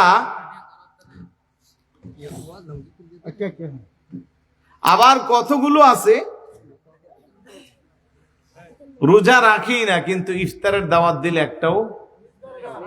এবার কিন্তু প্রত্যেক দিন ইফতারের দাওয়াত থাকবো, ইফতার মাহফিল, কারণ সামনে নির্বাচন। তো কথা কোন ঠিক না? এরকম বেরোজগার উনি প্রত্যেক দিন ইফতার মাহফিলে 3টা বাজে সাজ্জা গুজ্জা যা। তো মহিলা মানুষ, মহিলারা কিন্তু আবার রোজা রাখে আলহামদুলিল্লাহ। নামাজটা একটু হালকা হইলেও রোজা কিন্তু ছাড়ে না। তো ঘরের মহিলাকে আপনার কি লজ্জা শরম নাই? রোজা রাখেন না কিন্তু ইফতার মাহফিল একটাও বাদ দেন না। এত বেশি চিল্লাইও না, আমারটা আমি বুঝেই রাখি। আমার ফতুয়া আমি জানি। বলে আপনি আবার কি ফতুয়া জানেন? রোজা রাখেন না, আবার ইফতার মাহফিলে যান। আরে রোজা রাখি না, এটা গুনাহ, আর ইফতারি খাই এটা হইলো সোয়াব। সোয়াব আর গুনাহ মিল্লা সমান সমান, মাঝখান দিয়ে আমার পেটটা শান্তি। জোরে বলি নাউজুবিল্লাহ, আর একটু জোরে বলি নাউজুবিল্লাহ। আলহামদুলিল্লাহ, গ্রামেগঞ্জের অনেক মুরব্বী আছে 90 বছর বয়স, আপনি চাইলেও ওনার রোজা ভাঙাইতে পারবেন না। ডাক্তার বলে যে আপনি রোজা রাখেন না, ওনাকে রোজা নিয়ে কবরে যাবো, রোজা ছাড়বো না। আর একবারে টকবকে যুবক একটানা 3 দিন না খেয়েও রোজা রাখতে পারবে, কিন্তু সে রোজা ভেঙ্গে ফেলে। তো রোজা রাখবেন তো বাবারা? আমি মা বোনদের বলতেছি, আমরাও রাখবো, বলেন ইনশাআল্লাহ। 3 নম্বরে আমার নবী কো আহসানাত ফারজাহা, আমার উম্মতের মহিলারা তাদের লজ্জাস্থানকে হেফাজত করবে, ইজ্জতের হেফাজত করবে। কারণ আমার মা বোনদেরকে আমি বলবো, আপনার যখন শাদী হইল, আপনার এই সুন্দর দেহ, আপনার এই সমস্ত শরীর আপনার এই স্বামীর জন্য বরাদ্দ। কোন পরপুরুষ আপনার দিকে পাকা নজরে তাকাবে, সেই সুযোগ আপনি করে দিলে আপনি গুনাহগার। আল্লাহর নবী কোয়াদ্দাই উসুলা ইয়াদখুলুল জান্নাহ, বেগানা কোনদিন আল্লাহর জান্নাতে প্রবেশ করবে না। কথা বলেন ঠিক কি না? স্বামী প্রবাসে, স্বামী দূরে চাকরি করে কিংবা ব্যবসায়িক কাজে দূরে থাকে, স্বামীর অগোচরে আপনি স্বামীর পাঠানো টাকা নিয়ে চলে গেলেন সাতকানিয়া। বেশিরভাগ মহিলারা কি শহরে জানা? সাতকানিয়া যায়, দোহাজারি যায়, গাছবাড়িয়া যায়, কেরানির হাটে যায়, কসমেটিক্সের দোকানওয়ালা দেখলি একটা মুস্কি হাসি দিয়ে বলে, আপা অনেকদিন পরে আসছেন। প্রথম ঢোকার পরে বলে, ঠান্ডা খাইবেন না কফি খাইবেন? তো ম্যাডাম তো একজন জানা, লগে বান্ধবী নিয়ে আসা, কোনাই শীতের মধ্যে ঠান্ডা দরকার নাই, একটা কফি নিয়ে আসেন। তো সুন্দর মতো কফি দেয়, এবার বাইলে বাইলে কথা বলে, আপা কি অবস্থা, মাসখানে 2 মাস হয়ে গেল আপনি আসেন নাই। আরে ভাই বলিয়েন না, আপনার ভাই একটু সমস্যায় ছিল, তো আলহামদুলিল্লাহ এখন কি অবস্থা? না মাশাআল্লাহ এখন ভালো আছে, মাত্র ওই দিন 50,000 টাকা পাঠাইছি। দোকানদার মনে মনে আল্লাহ এনে দিচ্ছে। কথা কোন ঠিক না? আপা আমার দোকান থেকে আপনার কিছু নিতে হইব না, আপনি যে আসেন এটাই আমার কাছে ভালো লাগে। তো মোটামুটি বাচ্চা একটা থাকলে আবার আরেকটা চিপসও খাওয়া, ওদিক দিয়ে একটা চা খাওয়াইছে, 50-60 টাকা অলরেডি ইনভেস্ট কইরা, ওই কিছু নিবেননি। তো ম্যাডাম কোনা এমনি আসছি, ঘুরতে আসছি। না ঠিক আছে, পরবর্তীতে আবার আসলে আসবেন আর কি। আপা বলে কি, ইন্ডিয়ান এক জোড়া চুরি আছিল, আমি 12 জোড়া আনছিলাম, ভাগ্য ভালো 11 জোড়াই শেষ, 1 জোড়া আছে। আর মনে মনে ভাবতেছি, আরে আমাদের ওই কি বলে পশ্চিম ডৌলু ঘোনাপাড়ার আপা যদি আসতো, আপা যে মাশাআল্লাহ সুন্দর, হাতের মধ্যে চুরিটা খুব মানাইতো। নাউজুবিল্লাহ বলবেন না? যেহেতু চা খাইছে, বাচ্চারে চিপস খাওয়াইছে, এখন তো কথা একটা সুইটটা যাওয়ার কোনো সুযোগ আছে? আজ থেকে রেখো, আচ্ছা দেখি কোন রকম। এখন বাইর করার পরে আপারও মোটামুটি চুরি পছন্দ হয়েছে, আস্তেই করে আপার হাতটা ধইরা চুরিটা এইভাবে পরাইয়া দিচ্ছে। নাউজুবিল্লাহ বলবেন না? আমার ওই বোনের এই হাত কোনোদিন আল্লাহর জান্নাতে প্রবেশ করবে না। ওই ছেলের এই হাত ধরার কোনো অধিকার নাই। হচ্ছে না ভাই এরকম? চোখে হাতে লাগাই দিয়া এবার বলতেছে অনেক সুন্দর হয়েছে। তো ম্যাডাম কত? কেমনে তো 600 টাকা জোড়া বেশি, 1 জোড় যেহেতু আছে, আপনার সাথে তো আর দাম নিয়ে কথা না, আপনি আমার কিনা দাম দিলেই হবে 450 টাকা। উনিও মনে মনে খুশি, 50 টাকা অলরেডি খাওয়াই লেছে, আর 600 টাকার চুরি পাইতেছে, 450 টাকা দিয়া 500 টাকার নোট দিয়ে আস্তে করে গেছে। বাড়িতে আসার পরে দেখে পাশের ঘরের মহিলাও এরকম চুরি দেখা যায়। তো ভাবি আপনার চুরিগুলো তো আমার গুলার মতো, কত দিয়ে আনছেন? আমি মৌলবীর দোকান থেকে আনছি। কত? 30 টাকা জোড়া নিচ্ছে। আছে না নাই? আওয়াজ দেন, আছে না নাই? এরকম হাজার হাজার হচ্ছে। আমার মা বোনেরা বুঝে না। পরপুরুষ আপনার প্রশংসা করলে আপনি খুশি হওয়ার কি আছে? আপনার স্বামী যদি আপনার প্রশংসা করে, এটা আপনার জন্য ইবাদত, আপনার আমল নামায় সওয়াব লেখা হবে। কই আপনি তো আপনার স্বামীর সামনে কোনোদিন সেজে গুজে মেকআপ করে সুন্দর পোশাক পরে যান না, আপনি আরেকটা পরপুরুষকে দেখানোর জন্য যান। গায়ে হলুদের অনুষ্ঠান, বিবাহের অনুষ্ঠান, নাউজুবিল্লাহ বলবেন না? বিবাহের অনুষ্ঠানের মধ্যে সুন্দর করে কর্ণেকে বসানো হয়, ছবি তোলা হয় যাকে যাকে। এখনো বিবাহ হয় নাই, এখনো পুত্রবধূ বানানো হয় নাই, তার আগে পুরো এলাকায় খবর হয়ে যা, অমুকের ছেলের বউ মাশাআল্লাহ কি সুন্দর। নাউজুবিল্লাহ বলবেন না? আপনার লজ্জা লাগে না? আপনার পুত্রবধূ, আপনার স্ত্রী, আপনার ভাইয়ের বউ, আপনার বোনের স্বামী আপনি আরেকজন পুরুষ যায়া ওই মেয়ের শরীরে হাত দিয়ে দিয়া তার পজিশন ঠিক করে দে, ছবি উঠানোর সময় ক্যামেরাম্যানটা যায় এমনি মুখ বাঁকা করে দে, ডিজাইন ধরা এরকম স্টাইল শিখিয়ে দে। খারাপ লাগতেছে? মনে কষ্ট নিচ্ছেন? ওই দাম্পত্য জীবনে শান্তি আসবে? আল্লাহ নবী কো আহসানাত ফারজাহা, তোমার এই ইজ্জতের হেফাজত তুমি নিজে করবা। তোমার বিবাহিত স্বামী ছাড়া আর কোনো পরপুরুষের কোনো অধিকার নাই তোমার সৌন্দর্য উপভোগ করার। এখন আপনি যাওয়ার সময় সেজে গুজে যাবেন আর আধুনিক মুফতিদের ফতোয়া শুনবেন যে বোরখা পরে মুখ খোলা রাখা যা, কারণ এই ফতোয়া বাংলাদেশেও ডেলিভারি হয়েছে। তাহলে এটা কি পর্দার হুকুম হলো? আপনি মাথার চুলের গোড়া থেকে একেবারে পায়ের টাকনুর নিচ পর্যন্ত আপনি পর্দা করবেন, হাতে মোজা লাগিয়েবেন, আপনি নিকাব করবেন, চোখ দেখা যাবে চলার জন্য ইসলামী শরীয়ত যেভাবে। আর আপনি ওই পোশাক পরবেন যেটা পরলে এটার ভিতরে কি 18 বছরের যুবতী না 70 বছরের বুড়া মহিলা বোঝা যায় না। ওই পোশাক পরার কথা আল্লাহ বলছে। আল্লাহ বলে ইয়া আইয়ুহান নাবিয়্যু কুল লিআজওয়াজিকা وبناتك ونساء المؤمنين يدنين عليهن من جلابيبهن ذلك أدنى أن يعرفن فلا يؤذين وكان الله غفورا رحيما। চিৎকার করে বলি সুবহানাল্লাহ। আল্লাহ বলে হাবিব আপনি বলে দিন আপনার স্ত্রীদেরকে, অবানাতিকা আপনার কন্যাদেরকে, অনিসাইল মুমিনিন পৃথিবীর সমস্ত মুমিনা মহিলাদেরকে, ইদনিনা আলাইহিন্না বিন জালাবিবিহিন্না তারা যেন ঢিলা ডালা পোশাক পরে। সুবহানাল্লাহ। কি পোশাক? এখন আমার মা বোনেরা এমন পোশাক পরে বকাটে ছেলে রাখো কোনটা মা আর কোনটা মেয়ে বুঝাই জানা। নাউজুবিল্লাহ বলবেন না? আহা, এই রূপ লাবণ্য চিরস্থায়ী? নেক আমল থাকলে দুনিয়াতেও আপনি দামি, পরকালেও দামি। আজকে যারা রূপ লাবণ্যর সাগরে ভাসতেছে, বিশ্ব সুন্দরী 20-30 বছর পরে চামড়া টান দিলে 2 ইঞ্চি লুজ হবে, রাস্তার পাশে পড়ে থাকলে কেউ থুতুও দেয় না, তাকাবে দূরের কথা। সুতরাং এই মহামূল্যবান চরিত্রকে দুনিয়ার রূপ লাবণ্য দিয়ে আপনি ধ্বংস করতে পারেন। আপনি বলবেন অমুক নায়িকা করে, অমুকে করে, বলিউড করে, হলিউড করে, আমেরিকা করে, লন্ডনে করে। আমি বলবো তাদের ঈমান নাই, তারা বেঈমান, তাদের সাথে আমাদের কোনো সম্পর্ক নাই। আমাদের পরকাল আছে, আমাদের কবর আছে, আমাদের হাসর আছে, আমাদের মিজান আছে, আমাদের ফুলসিরাত আছে, আল্লাহ আল্লাহ রাসূলের কাছে আমাদের জবাবদিহিতা আছে। কথা বলেন ঠিক কিনা? ইহুদি খ্রিস্টানদের সাথে কেন আপনি নিজেকে বানাবেন? কেন আপনি তুলনা করবেন? আপনাকে আল্লাহ সৃষ্টি করেছে। আল্লাহ কদ কাররামনা বানি আদম, আমি বনি আদমকে সম্মানিত করে সৃষ্টি করেছি, আমি মহব্বত করে সৃষ্টি করেছি। বান্দা এত গুনাহ করে, আল্লাহর রহমত আল্লাহর পক্ষ থেকে দেওয়ার কোন ফ্যাসিলিটি আল্লাহ কমায় না। কেন? আল্লাহকে তার জীবনের শেষ নিঃশ্বাস ত্যাগ করা পর্যন্ত আমি তারে সুযোগ করে দিয়েছি। সে যদি তাওবার মতো তওবা করে, আমি আল্লাহ তার তামাম জীবনের গুনাহগুলো ক্ষমা করে দিব। চতুর্থ নম্বরে আমার নবীকে আতাআত যাওজাহা, আমার উম্মতের মহিলারা তারা তাদের স্বামীর আনুগত্য করবে। আজকের এই সমাজে আমরা দেখতে পাই স্বামীর কথা শুনে না, স্বামীর আনুগত্য করে না, স্বামীকে যেইভাবে ইচ্ছা তুচ্ছ তাচ্ছিল্য করে।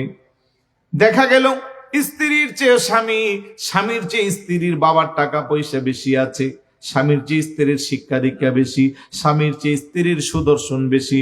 কোনো না কোনো কারণে আল্লাহর হুকুম ছিল বিদায় দাম্পত্য জীবনে একে অপরের পরিপূরক হয়েছে। এখন কথায় কথায় স্বামী বেচারাকে অপমান করে, আছে না নাই?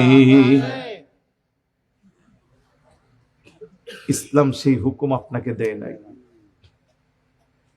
বড় একটা হাদিস আছে, আল্লাহর নবী বলে, যদি কোনো মানুষ মানুষকে সিজদা করার হুকুম থাকতো তাহলে আমার উম্মতের মহিলারা তাদের স্বামীকে সিজদা করার কথা আমি বলতাম।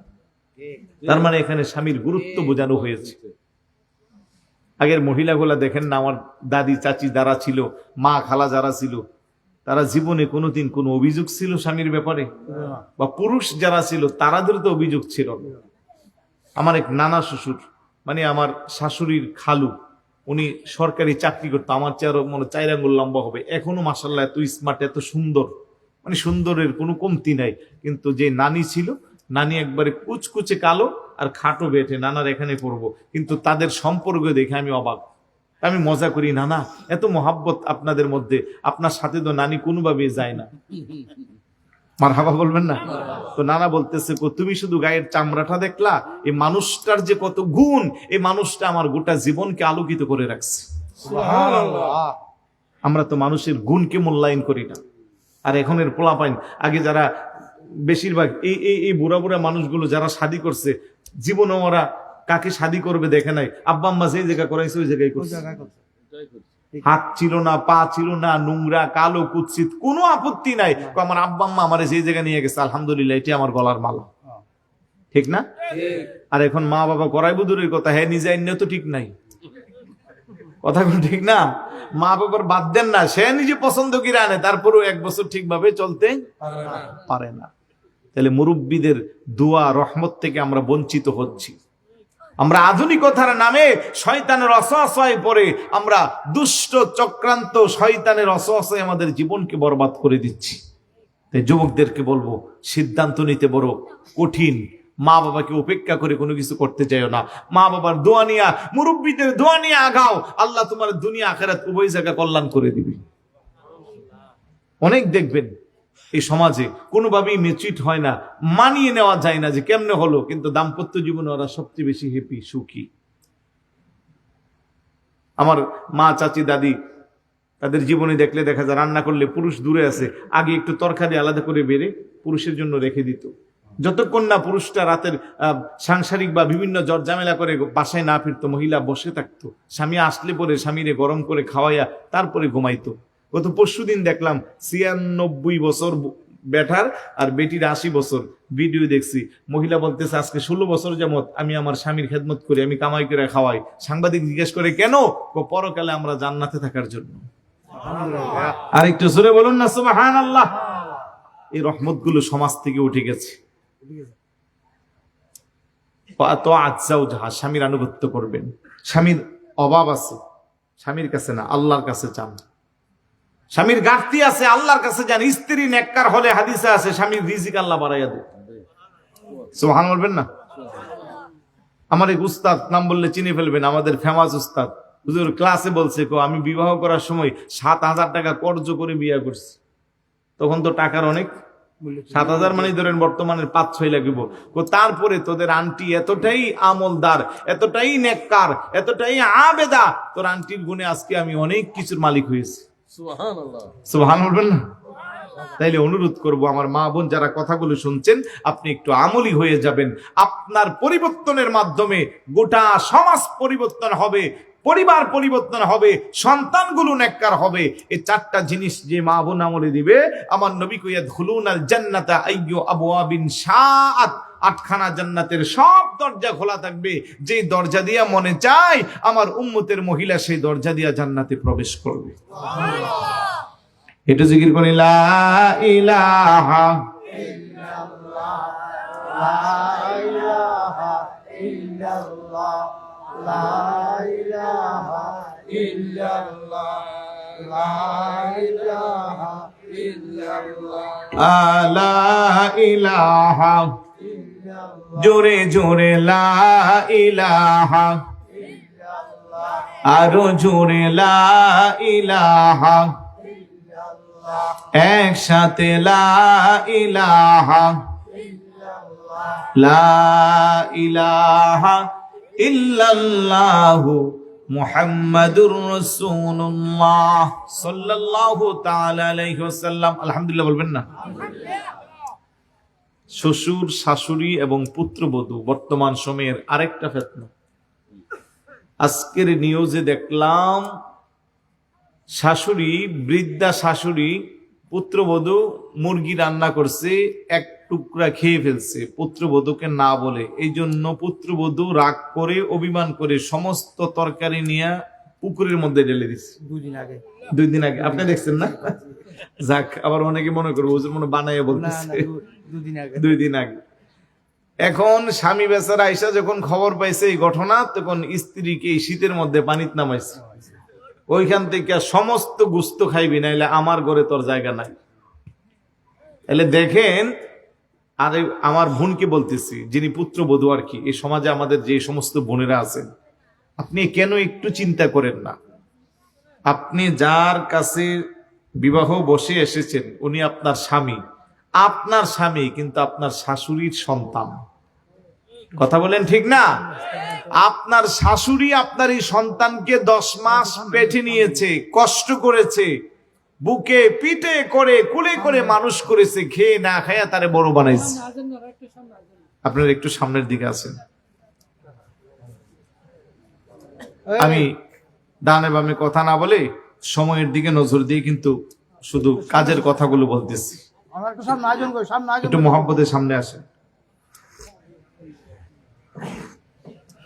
এখন যিনি পুত্রবধূ হয়ে আসছেন, বোন আপনাকে তো স্মরণ রাখা দরকার যে আমার স্বামী তো আমার স্বামী কিন্তু আমার শাশুড়ির সন্তান।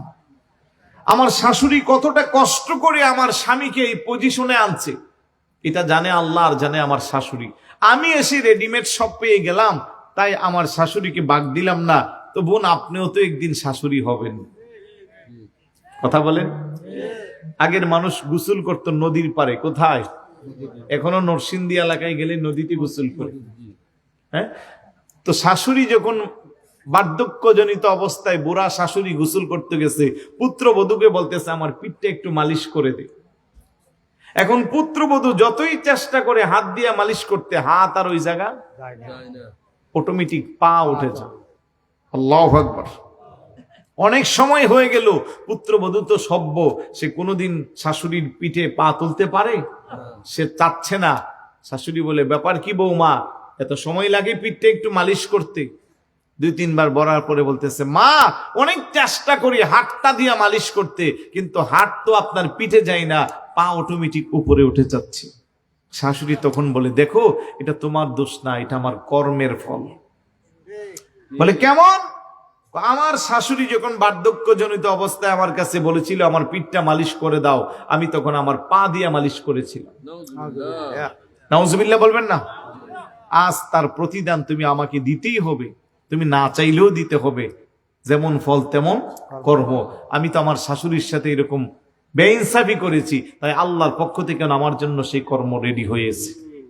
আমার মা বোনদেরকে বলবো, বোন আপনার শরীরে শক্তি আছে, আপনার স্বামীর উপার্জন ভালো আছে, আপনি বুড়া শ্বশুর শাশুড়ির পক্ষে কথা না বলে আপনি তাদের বিরুদ্ধে উস্কায়া তাদের পেটের সন্তানটারে আলাদা করে শহরে নিয়ে গেলেন, কিংবা তাদের পেটের সন্তান মাসে তাদেরকে 4-5 হাজার টাকা দিত, আপনি এটা বন্ধ করাইয়া আপনি নিজে বেশি খরচ করতেছেন।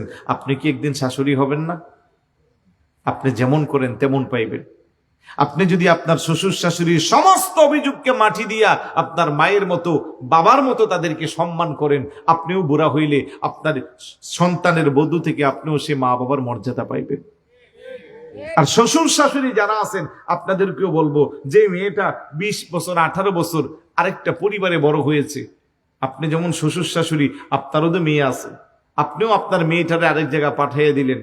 আপনার মেয়েটারে কে কষ্ট দিলে আপনার মন ভেঙে যা, আপনি সহ্য করতে পারেন না, তো আপনার ঘরে পুত্রবধূ হয়ে যে মেয়েটা এসেছে সেও তো কারো না কারো পেটে ধরা মেয়ে, তো তাদের কেমন লাগে? এই জায়গাগুলো যদি আমরা সবাই সংশোধন হয়ে যাই, আমি যদি আমার পুত্রবধূকে আমার মেয়ের মতো ধরে নেই, আর আমার পুত্রবধূ যদি আমাকে মায়ের মতো মেনে নেই, এখানে আর কোনো ঝামেলা আছে? আর পুরুষ জাতি যারা আছেন ভাই, আপনাদেরকে আমি বলবো, নারী জাতিরা বিভিন্ন কথা বলবে, কিন্তু আপনি পুরুষ, আপনার মস্তিষ্ক আপনার মাথা ঠিক রাখতে হবে। স্ত্রীর কথা শুনে আপনি মা বাবাকে বঞ্চিত করবেন না, মা বাবার কথা শুনে স্ত্রীকে বঞ্চিত করবেন না। আপনি সব ধৈর্য ধারণ করে ঠান্ডা মাথায় আপনি যাকে যেইভাবে খুশি করা দরকার সেইভাবে খুশি করবেন। একটু টেকনিক করেন না। আর স্ত্রীর সাথে মিথ্যা কথা বলতে পারবেন, এটা হাদিসও তো আছে। 3 জায়গা মিথ্যা কথা বলা জায়েজ আছে। লাইসাল কাযাব আল্লাযী ইসলিহু বাইনান নাস। 2 মানুষের বিবাদ মীমাংসার জন্য আপনি মিথ্যা কথা বললে আপনি মিথ্যুক হিসেবে প্রমাণ হবেন না। আমরা সেই টেকনিকটা একটু কাজে লাগান না।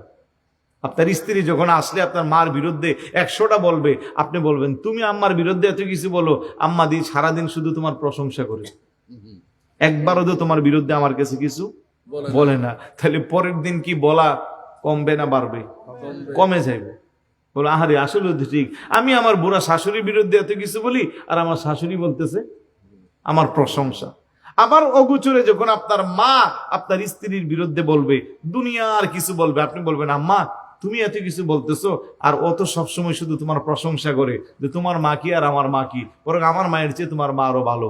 তাহলে মাও এদিক দিয়ে অর্ধেক কমায় ফেলবে। কিন্তু আমরা মার কথা শুননা স্ত্রীকে ধরতে যাই, আর স্ত্রীর কথা শুননা মারে বকা দেই, মার উপরে খেপা যায়। তো পুরুষ আমরা বড় বুকা জাতি। আমরা মোটামুটি এত কিছু সামলাইতে পারি, ঘরটা সামলাইতে পারি না। আর আমার যদি ইচ্ছা থাকে আমি মা বাবা কি করব, আমার স্ত্রী আমার বাধা দিয়ে রাখতে পারবে? আমার যদি ইচ্ছা থাকে আমি আমার ভাই বোনকে বর করব, আমার স্ত্রী বাধা দিতে পারবে? আমি কেমন পুরুষ? আমি কয় টাকা ইনকাম করি সব এসে আমার বউর কাছে একটা দিয়ে দিলাম, আর ওখান থেকে নিয়ে আমি চললাম। যেহেতু এই জায়গাটা সেন্সিটিভ, তা আমি আমার হিসাব মধ্যে চলবো। আমি আমার মা কি করবো? কারণ আমি 10 টাকা ইনকাম করলে 1 টাকা আমার মা বাবার হক আছেই আছে এখানে, ঠিক না?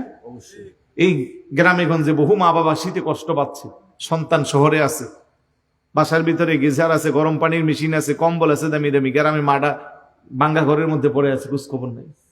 মাস শেষে আব্বা আম্মার জন্য 1-2 হাজার টাকা ওষুধের জন্য লাগে, এটা দিতে গেলে 100 বার চিন্তা শুরু হয়ে যায়। আর প্রত্যেক দিন বাচ্চার সদা ইডা সিডা 4-5 হাজার টাকার চলে আসে।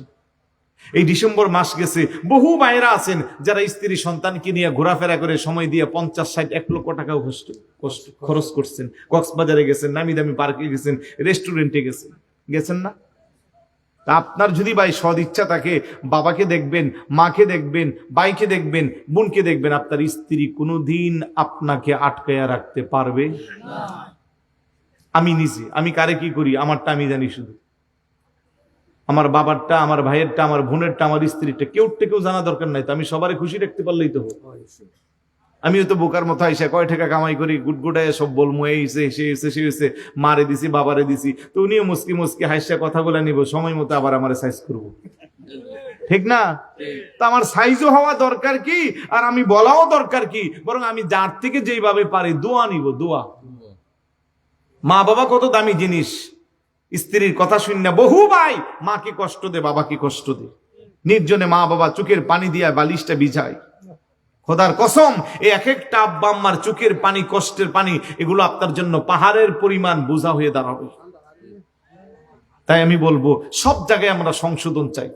আমরা যারা এখানে মা বাবারা আছি, মারা যারা আছেন, শ্রদ্ধেয় মাদেরকে বলবো, পুত্রবধূকে আপনি কখনো শত্রু বানায়েন না, আপনার পেটের সন্তানের মতো দেখেন। পুত্রবধূকে বলবো, শ্বশুর শাশুড়িকে আপনি পর ভাবিয়েন না, কারণ আপনাকে যেমন আপনার মা 10 মাস 10 দিন গর্ভধারণ করেছে, আপনার স্বামীকেও আপনার শাশুড়ি 10 মাস 10 দিন গর্ভধারণ করেছে। এই জায়গাটা যদি আমরা একে অপরের সম্পর্ক হয়ে যাই, যদি আমরা একটু হিংসা কমাইয়া ফেলি, আর বুড়া মানুষগুলো বাঁচবে কয়দিন? কেন বুঝে না আমার মেয়েরা? বুঝি না।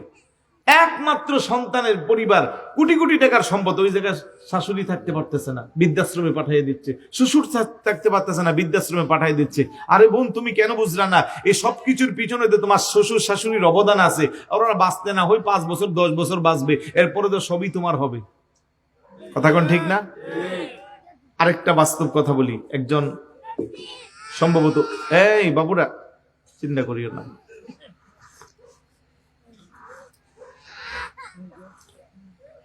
ছেলে বড় সরকারি কর্মকর্তা, বিশ্ববিদ্যালয় থেকে ফারেক। খেয়াল করেন কথাটা। পুত্রবধূ আসার পরে শাশুড়িকে সেই বাড়িতে থাকতে দেয় নাই, পাঠাই দিছে বৃদ্ধাশ্রমে। কোথায়?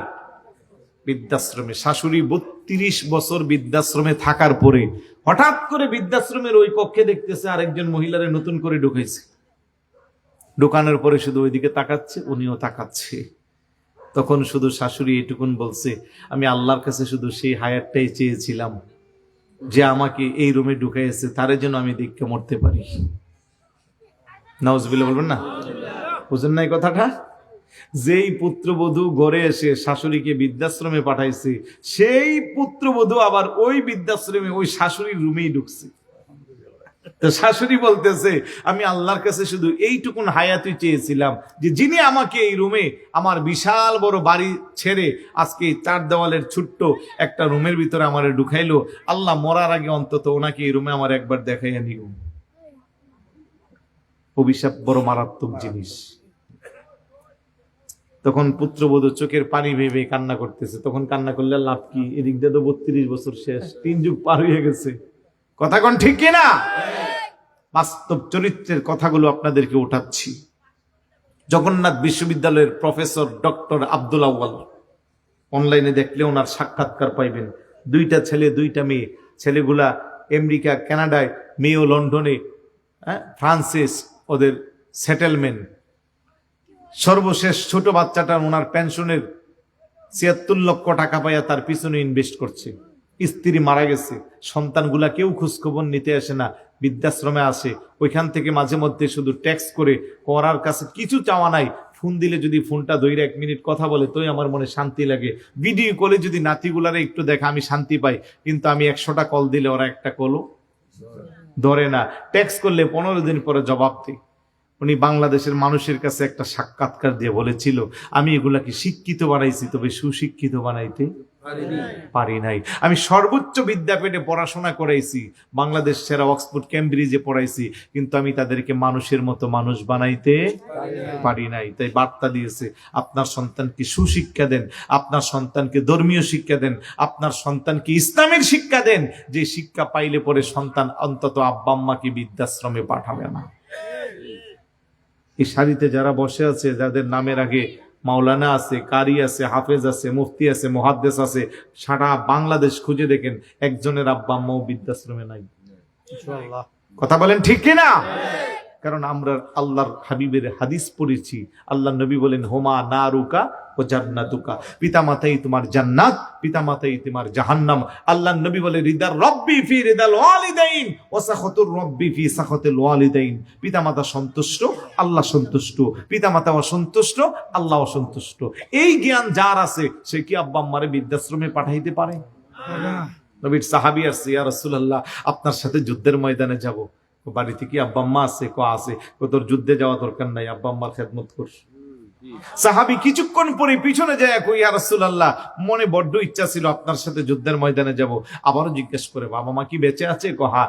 আমার সাথে যাওয়া দরকার নাই, আব্বা আম্মার খেদমত কর। একবার ডান দিকে, একবার বাম দিকে। সকালে আসছে, রাত্র হয়ে গেছে। আমার নবী ডাকতে করে, এ সাহাবী, এত কেন পাগল পারা হইলি যুদ্ধের ময়দানে যাওয়ার জন্য?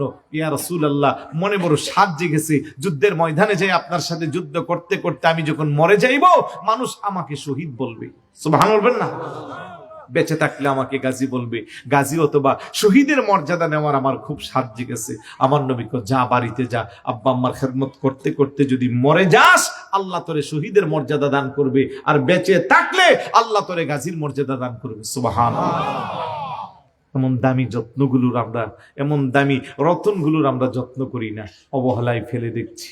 খবরদার, জীবনে যদি দামি বানাইতে চান, মা বাবার খেদমত করেন। জীবনে যদি নিজেকে উন্নত করতে চান, মুরব্বীদের সেবা করেন। ভাই, খারাপ লাগতেছে? বিরক্ত হচ্ছেন? আল্লাহ যেন এই কথাগুলোর উপরে আমলে দেওয়ার তৌফিক দান করে। 5 ওয়াক্ত নামাজ পড়বো তো সবাই? আব্বা আম্মার খেদমত করব, রমজানের রোজাগুলো রাখবো। যুবক আসেনি এখানে? না সব বুড়া মানুষ? সব যুবক আছে, আলহামদুলিল্লাহ বলি। যুবক ভাইদেরকে বলবো, ভাই জবাব দেন, মাথায় দিলাম, এটার নাম কি? এই টুপি পরা কি? পরনে পড়লাম, এটার নাম কি? জুব্বা বা পাঞ্জাবি বা তুব, যাই বলেন, এটা কি? সুন্নত। আজকে যদি মরে যাই, কালকে কবরে দেওয়ার সময় পাগড়িটা দিবে? তুব যাবে? পাঞ্জাবি যাবে? জুব্বা যাবে? অথচ এগুলা সুন্নত। কিন্তু একটা সুন্নত আছে, কবরে নেওয়ার সুযোগ আছে, তার নাম কি? ভাই আওয়াজ দাও, নাম কি? তাহলে 5টা যুবক হাত উঠাও, রাসূলের সুন্নত আদায়ার্থে যারা দাঁড়িয়ে রেখে দিবা, আল্লাহ কাদেরকে কবুল করে দেখি। এটা ভালো করে হাত উঠাও। দাড়ি যারা রাখবেন, রাখবেন তো? বলেন ইনশা। আরেকটু জোরে বলুন ইনশা। হাত নামান। বুঝে হাত উঠাইছেন? যারা রাসূলের সুন্নত আদায়ার্থে দাড়ি রেখে দিবেন, বেশি দরকার নাই, আমি 5 জন চাচ্ছি। যাদের দাড়ি আছে, আপনাদের তো আছে, আপনাদের হাত উঠানো নাই। যারা শেভ করেন, কেটে ফেলেন, এখন থেকে সুন্নত আদায়ার্থে রেখে দিবেন, এরকম 5 জন। আল্লাহ কারে কবুল করে দেখি। 1 জন, 5 জন, 2 জন, পিছনে 1 জন, 3 জন, 4 জন 5 জন, এইদিকে একটা উঠাই আবার নামাই ফেলছো কে রে ভাই? এই জায়গায় একজন উঠাইছিলেন মনে হয়।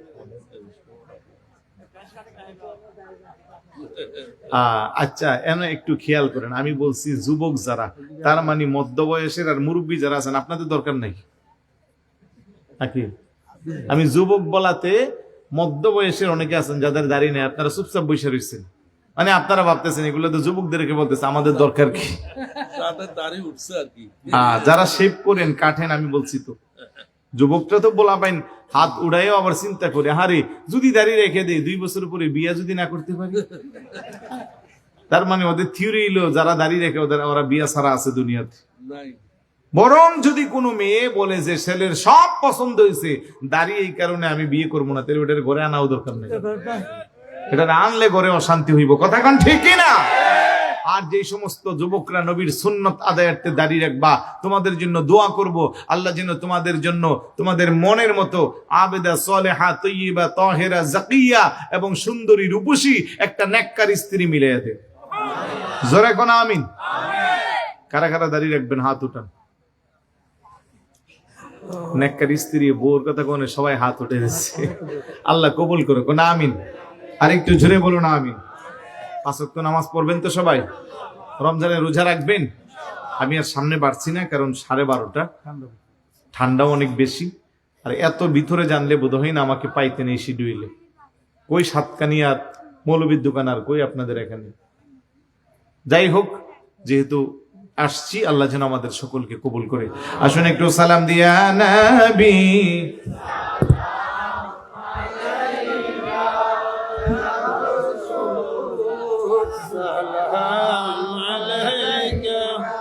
يا حبيب سلام عليك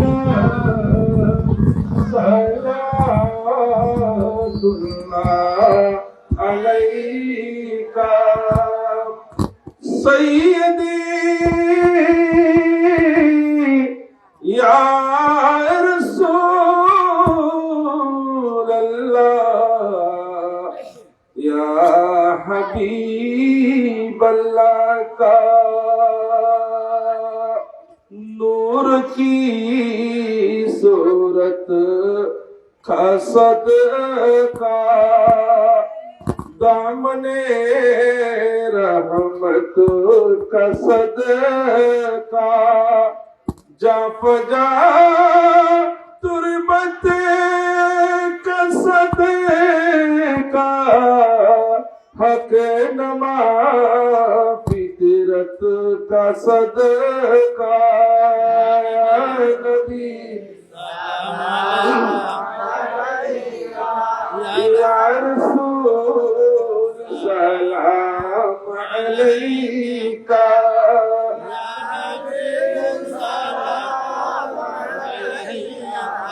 صلوات اللہ سیدی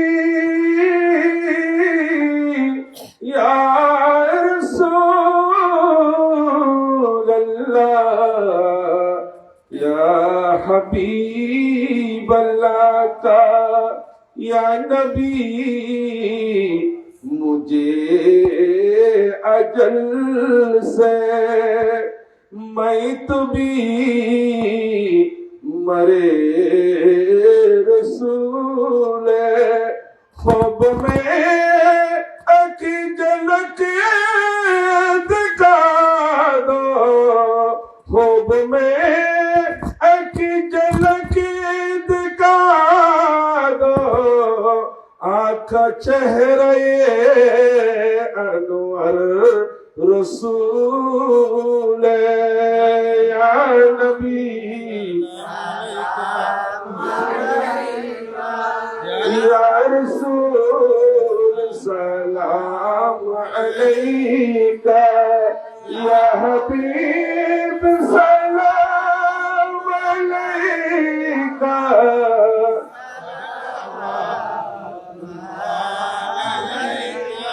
ہم یہاں سے پکارے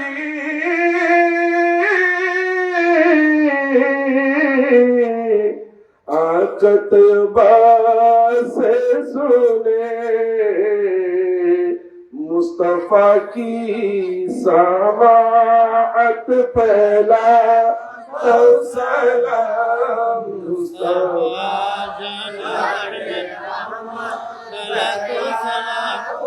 सलाम शमे बज में या इलाही सदके नालैने पाके रसूल ये सलामी आज जाना हो कबूल मदीने के साथ मदीने के साथ लाखों सलाम मदीने के साथ करोड़ों सलाम मदीने के साथ बेहद सलाम बलगलोला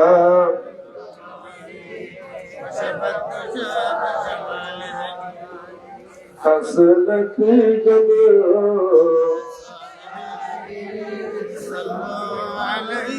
वच साही दरे पे बुला लिया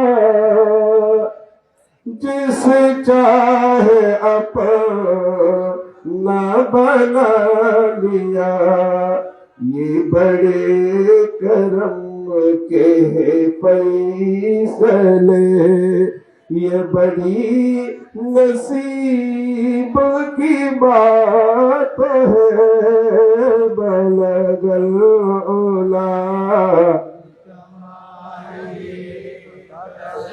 फातुजा बिजमाली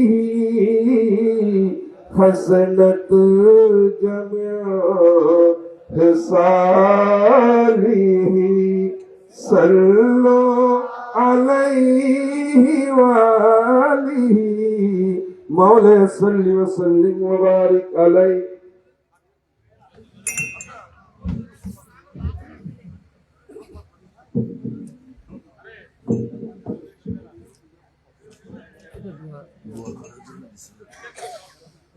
মোনাজাত হবে, সবাই সবার জন্য দোয়া করবেন। আমি আবারও বলবো, নামাজ পড়বো তো আমরা কয় ওয়াক্ত, কয় দিনে?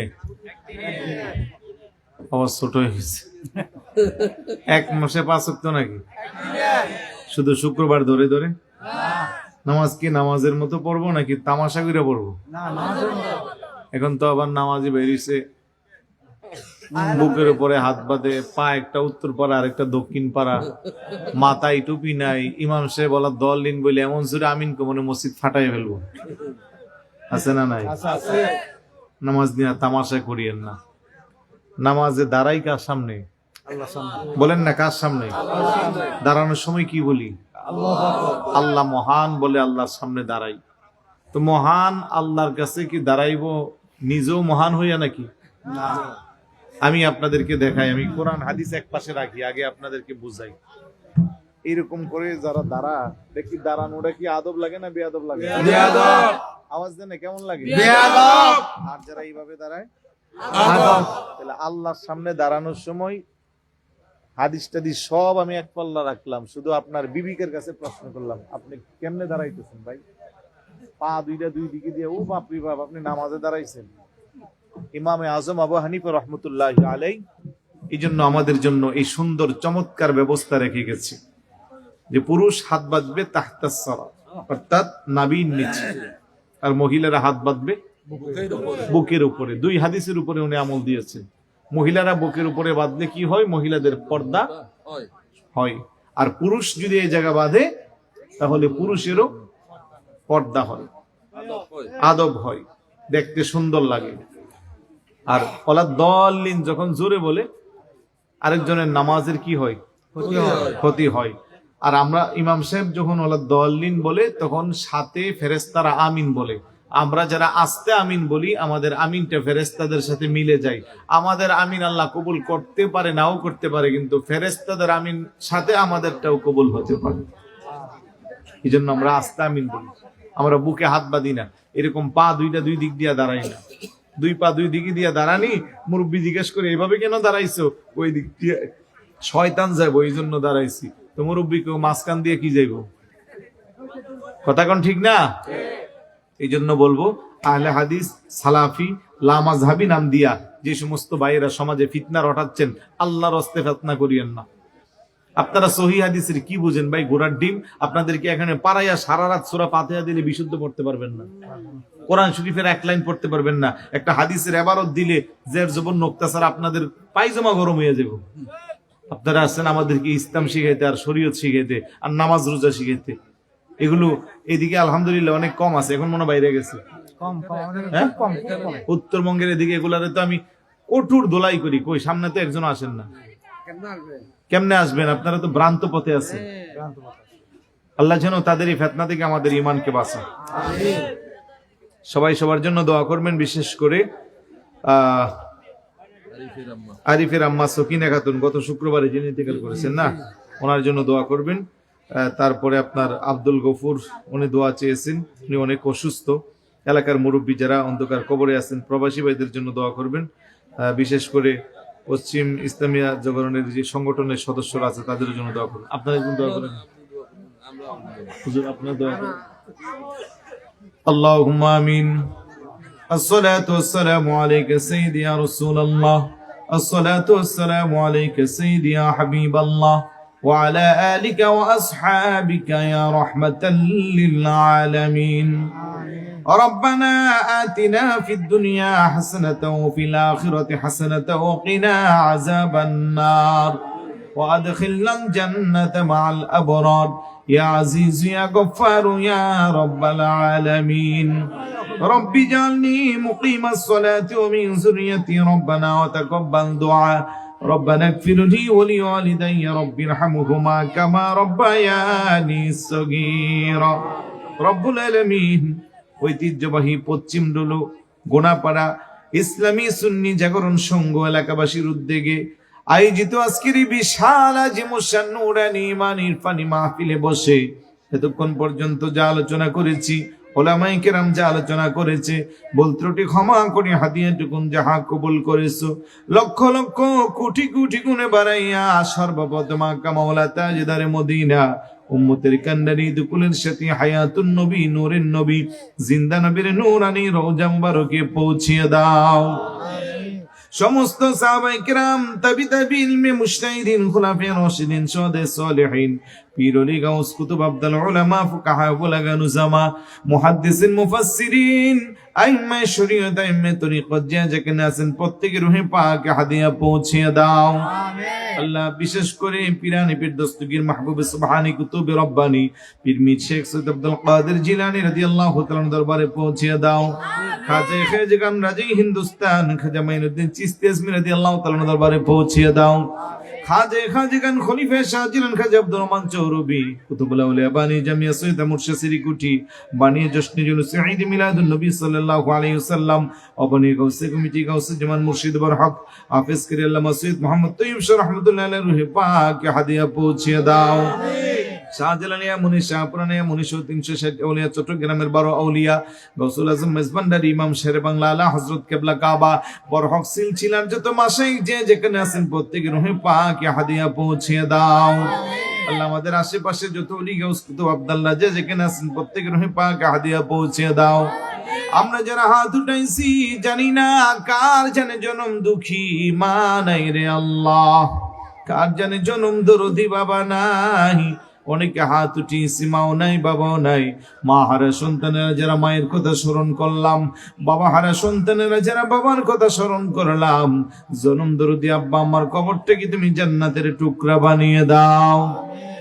দাদা দাদি নানা নানি সেজন পিতৃবংশ মাতৃবংশ শ্বশুর শাশুড়ি যাদের অন্ধকার কবরে প্রত্যেকের কবরে হাদিয়া পৌঁছিয়ে দাও। আজকের মাহফিলকে সাজাইতে যাইয়া যারা টাকা দিয়া পয়সা দিয়া বুদ্ধি দিয়া শ্রম দিয়া খাটনি দিয়া এত সুন্দর করে আজিমুশান ভাবে সাজাইলো, আজকের মাহফিল আমাদের সকলের জন্য তুমি নাজাতের ব্যবস্থা করে দাও। আল্লাহ কিয়ামত পর্যন্ত মাহফিলকে কায়েম আর দায়েম রাখিও। আল্লাহ বিশেষ করে আরিফের মা সকিনা খাতুন আল্লাহ কিছুদিন আগে গত শুক্রবার আমাদের কাছ থেকে বিদায় নিয়েছে। আল্লাহ এই মহিলা, এই আম্মার এই মায়ের কবরটাকে তুমি জান্নাতের টুকরা বানিয়ে দাও। শোকাহত পরিবারকে ধৈর্য ধারণ করার তৌফিক দাও আল্লাহ। বিশেষ করে আব্দুল গফুর সাহেব অসুস্থ, নাকি পরিপূর্ণ শিফা দান করে দাও। অত্র এলাকার যত মুরব্বীরা বেঁচে আছে তাদের হায়াতের মধ্যে বরকত দাও। যারা অন্ধকার কবরে আছে তাদের কবরকে জান্নাতের টুকরা বানিয়ে দাও আল্লাহ। প্রবাসী ভাইরা যারা আছে তাদের প্রত্যেকের নামে নামে হকে হকে দোয়ার হাদিয়াকে তুমি কবুল আর মঞ্জুর করে নাও আল্লাহ। পশ্চিম ডলু গুনাপাড়া ইসলামী সুন্নি জাগরণ সংঘের প্রত্যেকটা সদস্য ভাইকে তুমি কবুল আর মঞ্জুর করে নাও। অর্থাৎ অন্তরালের মা বোনেরা যারা হাত উঠাইলো, প্রত্যেকটা মা বোনকে রাবিয়া বসরির মতো অলি বানিয়ে দাও। খাতুনে জান্নাত মা ফাতেমা রাদিয়াল্লাহু তাআলা আনহার জিন্দেগি নসিব করো আল্লাহ। আল্লাহ আমাদেরকে হজ্জে বাইতুল্লাহ জিয়ারতে মদিনা নসিব করো। যে পথে চললে তুমি খুশি, তোমার পেয়ারা হাবিব সেই পথে চলার তৌফিক দাও আল্লাহ। আমি গুনাহগারের সাথে যোগ্য বিজ্ঞ উলামায়ে কেরাম হাত উঠাইলো, যার দুইখানা হাতকে তোমার কবুল হয় তার হাতের উসিলা আমাদের প্রত্যেকের হাতকে তুমি কবুল আর মঞ্জুর করে নাও। রব্বানা তাকাব্বাল মিন্না ফিদ দুনিয়া জিয়ারাতান নবী সাল্লাল্লাহু আলাইহি ওয়াসাল্লাম وفي الآخرة شفاعته وأرنا وجهه واسقنا من حوزه شربة لا نزمع بعده أبدا وصلى الله تعالى على النبي الكريم وآله وأصحابه وأهل بيته أجمعين। শেষ বুনিয়াদ তোমার দরবারে মরণের কালে মোদের পাপী জবানে মধুর কালমা জারি করে দিও লা ইলাহা ইল্লাল্লাহু মুহাম্মাদুর রাসূলুল্লাহ। আসসালামু আলাইকুম। সেখানে মুস্তাফা সাল্লাল্লাহু আলাইহি ওয়াসাল্লাম আগামী 19শে জানুয়ারি ঐতিহ্যবাহী হাজারীশ্বর পশ্চিম নলুয়া তরুণ একতা সংঘের উদ্যোগে একাধিক মুসলিম পবিত্র ঈদে মিলাদুন নবী সাল্লাল্লাহু আলাইহি ওয়াসাল্লাম মাহফিল অনুষ্ঠিত হইবে। উক্ত নূরানী মাহফিলে প্রধান আলোচক হিসেবে উপস্থিত থাকবেন জামিয়া আহমদিয়ার সম্মানিত ফকির মুজাহিদে আহলে সুন্নাত আল্লামা উমর রেজভী মদ্দাজিল্লাহুল আলী, আল্লামা উমর রেজভী মদ্দাজিল্লাহুল আলী উক্ত নূরানী মাহফিলের বিশেষ আলোচক হিসেবে গুরুত্বপূর্ণ তাকরীর পেশ করবেন মুজাহিদে আহলে সুন্নাত আল্লামা বাহারউদ্দিন আল কাদরি মদ্দাজিল্লাহুল আলী। উক্ত নূরানী মাহফিলের আরো বিশেষ ব্যক্তিত্ব উপস্থিত থাকবেন মুজাহিদে আহলে সুন্নাত আল্লামা আবু বকর সিদ্দিক মদ্দাজিল্লাহুল আলী। উক্ত নূরানী মাহফিলের আরো বেশ বর্ণ ওলামায়ে কিরামগণ বুজুর্গান দ্বীন শুভ আগমন, এতে আপনারা দলে দলে যোগদান করে রাসূল খুদা সাল্লাল্লাহু আলাইহি ওয়াসাল্লামের রেজামন্দি হাসিল করুন।